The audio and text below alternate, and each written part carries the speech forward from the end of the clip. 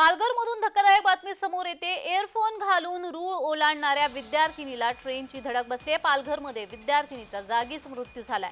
मोबाईलचा अतिवापर एका विद्यार्थिनीच्या जीवावर बेतलाय। कानातील इयरफोनमुळे ट्रेनचा आवाज न आल्यामुळे ट्रेनच्या लागलेल्या धडकेत या विद्यार्थिनीचा जागीच मृत्यू झाल्याची घटना घडलेली आहे।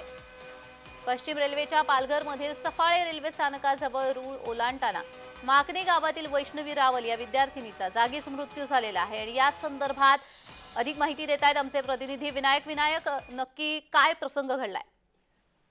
हो जान्हवी, नक्कीच पश्चिम रेल्वेच्या सफाई रेल्वे स्टेशन जवळ रेल्वे फाटक क्रॉस करत असताना जान्हवी राऊळ या नवी शिकणाऱ्या विद्यार्थिनीचा जो आहे तो कानात हेडफोन घातल्यामुळे राजधानी एक्सप्रेस या ट्रेनने धडक दिल्याने तिचा जागीच मृत्यू झाला आहे। जी कानामध्ये हेडफोन घातल्याने तिला ट्रेन आल्याचं समजलं नाही अशी जी माहिती आहे ती जीआरपी कडून देण्यात आलेला आहे। जी त्या विद्यार्थिनीचा तो जागीच मृत्यू झाला धडकेत। जी जी जी धन्यवाद विनायक, दिलेल्या सविस्तर माहितीसाठी।